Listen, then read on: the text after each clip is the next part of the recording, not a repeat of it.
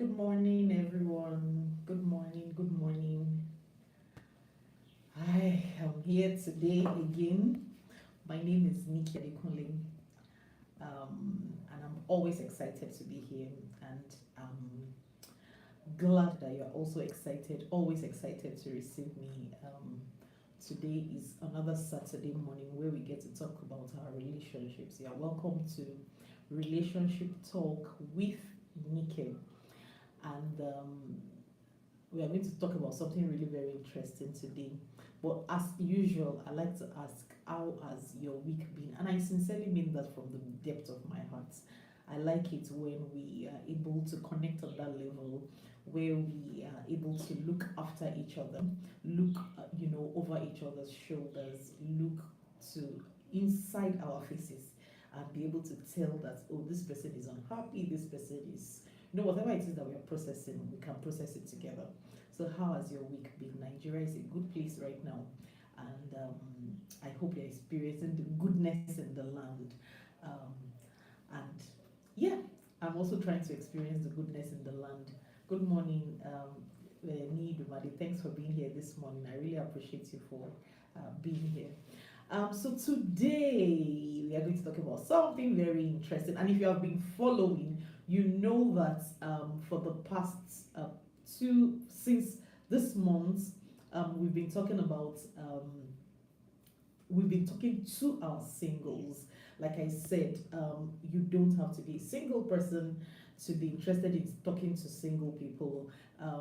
We want to talk about their plights, the issues that usually they have, and we want to learn how to comfort them. We want to learn how to instruct them. We want to learn how to mentor them. We want to learn how to point them in the right direction. And if you're a single person, sincerely, this is for you. And there is a lot always to gain. There is a lot always to gain.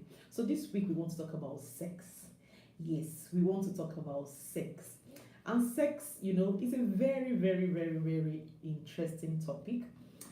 Talking about sex is always very interesting, and that is because usually we all know that sex is a good thing. We know that sex is an interesting thing.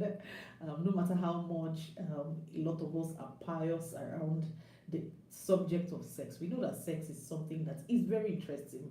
Advertisers know this, and that is why they continue to advertise sexual content to us, because they know that it will catch your attention. So no matter how pious we behave around the issue of sex, the truth is, for most of us, the subject is an interesting subject, and it is something that just tickles our fancy. But today, like I said, we've been talking about sex from the perspective of the single person. And today we want to continue to talk. We've been talking to single people. So today we are going to talk about sex from the perspective of a single person. I guess next time we'll talk about sex from the perspective of a married person. So if you are single, you have a single sister, you have a single child, whatever, this you also need to listen in. So I want to start today's topic by saying that sincerely, sex is a good thing. Sex is predominantly a good thing, especially in religious environments where we get to, it's a hush hush topic. We don't want to talk about it. We don't want to, we are very careful around the issue of sex, and we don't want to rock the boat. But truth is, sex is predominantly a good thing. It is not a bad thing. People talk about sex as though it is a dirty thing, or it is a bad thing, or it is something that is a taboo, or something like that. But truth is, sex is predominantly a good thing. Sex is beautiful. Sex is it has a lot of curative effects, because it is enjoyable, it is a blessing, It, our desires, our urges, our appetites, they are good. They are basically they are basically good things. They are not something to be shy about. They're not something that the world should not hear that is what you are doing. Because the way we just go about this sex thing, we make it look like it's a bad thing. Sex is predominantly a good thing. It is not evil. It is not dirty. And I think that every single one of us should get to that point. Even as a single person, sex is a good thing. The urges you feel is a good thing. The fact that you desire it is a good thing. It is, in fact, if you cross puberty and you don't feel excited about the opposite sex, your body does not, you don't get aroused, then there is a problem with you. And that kind of problem might actually need, medical attention. You might need medical or psychological attention. Something is definitely wrong if you don't feel sexual and sensual. There is a problem with you. So even as a single person, the first thing that we all need to just agree on is that sex is predominantly a good thing. It is not dirty. And for us that are religious, I think we should understand that God is not embarrassed watching us having sex. He can handle it. He can actually handle it. So it's not, good morning, Grace. Thanks for being here. God can handle it. He can handle watching you having sex. It is okay. It is not unrighteous. It is okay. Sex is a beautiful thing that He created for us to enjoy. It is a blessing. And it is something that has calming effects. In fact, if you research on sex, you'll discover a lot of issues that will be solved, even psychological issues, even health issues that will be solved mainly by just having sex. So sex is a good thing. And even for single people, sex is a good thing. The only thing about sex is that sex can be perverted. It can be perverted. And when it is perverted, it brings with it a lot of hurt. It brings with it a lot of pain. And these are the things that, people now over exaggerate and makes it look like that is the only thing that, sex brings. It is not true. Sex is predominantly good, but when it is done outside its, authorized boundaries, it comes with a lot of pain. It comes with a lot of pain, both for you and your partner, whether it is in marriage or outside marriage. When sex is had, outside its authorized boundaries, it brings pain with it. It brings pain on you, it brings pain on your partner, and both parties begin to suffer just because we did it outside its outside its authorized boundaries. And I think that like I said, I'm not here to talk about the rightness or wrongness of having sex, having premarital sex, or any of that. But I just want to present the science. I want to present the science behind, sex outside its authorized boundaries to us. These are things that have been researched. These are things that they are backed up. The facts that I want to talk about, they are backed up by research. And we can all go and find out about these things by ourselves. Because, like I said, I want to talk about having sex. Sex is a good thing, but when it is had outside its authorized boundaries, whether as a married person or as a single person, it comes with a lot of pain. And these are the things. But like I said, this morning I'm going to be concentrating on our singles. I'm going to be concentrating on our singles. So the first thing that I just want to talk about today is that, sex, when you are physically joined with someone, in fact, it is beyond the physical. A lot of us don't maybe pay attention to the fact that you are joining yourself, not just physically, with whoever it is that you are having sex with. You are joining yourself emotionally and also spiritually with those people. And I think that a lot of us don't pay attention to these parts. Yes, if you look at our body parts, if you look at our our genitals, it is perfectly fit for each other. It's like there is a plate and there is a cover, like a pen, and and its cover, is fitted purposely and intricately for that function. So also is our sexual organs. It is fit for, it is just the right fit for each other. But when we come together with the opposite sex, sincerely, it is not just the physical alone. It is also, you are connecting with that person on an emotional level. You are connecting with that person on a spiritual level as well. And we all need to understand that a piece of us is left in our sexual partners. Anytime we are having sex with someone, a piece of you has been dropped in your sexual partner. And you need to understand that no relationship leaves you exactly the way you went into it, not even ordinary friendship. You can't be friends with somebody and you'd continue to be the same person that you were before you entered into that relationship. Relationships don't happen that way. There is always an exchange that happens when you are in a relationship with people. Learn that no relationship, and I'm talking about ordinary friendship, not to talk of when you now have sexual sexual relationship with someone, it never leaves you the same way. You are either teaching them something or they are teaching you something. You are either informing them of something or they are misinforming you about something. You are either increasing or decreasing. No relationship ever leaves you the same. And truth is, if you entertain multiple partners, what that does is that you have a piece of you left in everybody, and there is a piece of them that is deposited in you as well, which causes a lot of confusion. These are scientifically proven facts that you can want to find out by yourself, because like I said, sex is predominantly a beautiful thing, but when it is perverted, when we begin to entertain several sexual partners, what it does is that you begin to have a piece of so many people in you, and you scatter a piece of you around as well. So some of us that are very actively and very sexually active, you need to please think about the fact that you are depositing yourself in other people, and people are depositing the piece of themselves in you, and which makes a lot of things overly too scattered.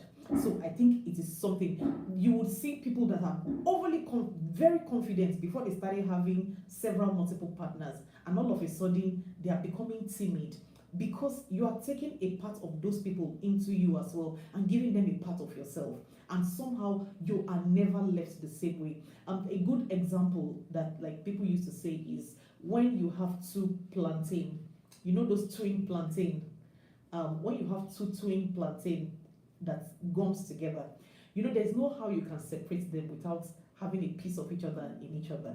And that is exactly what sex does when you have with multiple partners. So it either increases you, decreases you, or there is always an exchange that happens. Secondly, I think we all need to be aware of the fact that, like I said, I'm speaking to singles this morning. We're going to look at sex from a marital perspective in later episodes. So number two is that it clouds your sense of judgment when you are in a relationship with people when you're having unauthorized sex outside these authorized boundaries. What it does is that it clouds your sense of judgment. Someone once said that sex outside its authorized boundaries can either ruin a good relationship or makes a bad one seem like it is good. And what that simply is saying is that it ruins your sense of judgment. It ruins your sense of judgment. Somehow, the things that you would see, the things that you would notice, a red flag that you would have ordinarily picked, you will not be able to pick it simply because you are emotionally invested in that relationship. It begins to cloud. People around will be able to say that there is something wrong with this person, but for you, you can't see it anymore because you are now sexually intimate with that person, and the emotional investment that you have in that relationship is already very high, and so it clouds your sense of judgment. It is something that like I said, I'm just talking science. I'm not talking about the rightness or the wrongness of having sex, but I'm just talking about the science that backs all these things that we do. So if you are in a relationship and you are unable to pick the bad things, the excesses of who you are with, Maybe you are overly sexually active in that relationship. Maybe you are already sexually intimate in that relationship, and you may not be able to pick the other person's, your partner's faults anymore when you are that intimate in a relationship. The third thing, and I'm trying to make this very fast because of our time.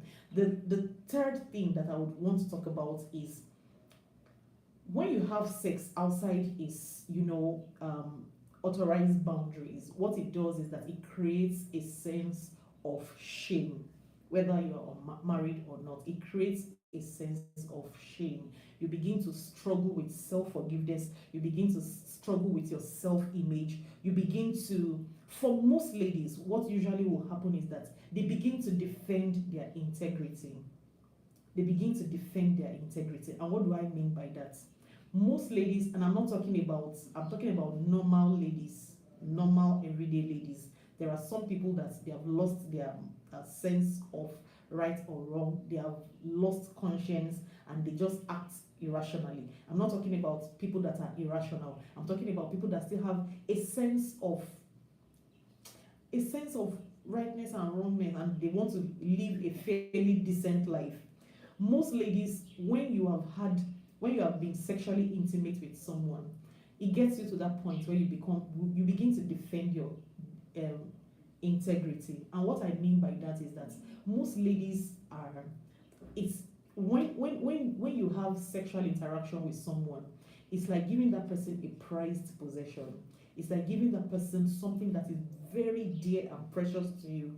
And by the time you give that person something that is that precious to you, you expect that they treat you nice. You expect in return that we are exclusive. You expect a level of commitment to you because you have given the person your best. But when that is not happening, you don't have the nerves to walk away. You want to try to see if you can convince the person that, come, look at me, I'm good enough. Can't you see all the sacrifices that I've made? Don't you know that I love you? For me to have gone this far with you, you should know that it means something to me. And you begin to play the game now, beginning to appease the person that you are with. Try to make them see what is good about you, almost like marketing yourself, advertising yourself to this person. That is what you begin to do going forward. It's no longer about the fact that we love each other and we respect each other. It's usually about just defending your pride, defending your integrity, and making the person believe that I'm not like this. And because you are also dealing with a rational person, once a guy has access to you sexually, he begins to weigh in his mind. He begins to feel like, am I sure that this is not how you give it to every other person? And for him, it creates doubt. For you, you are expecting a bond. And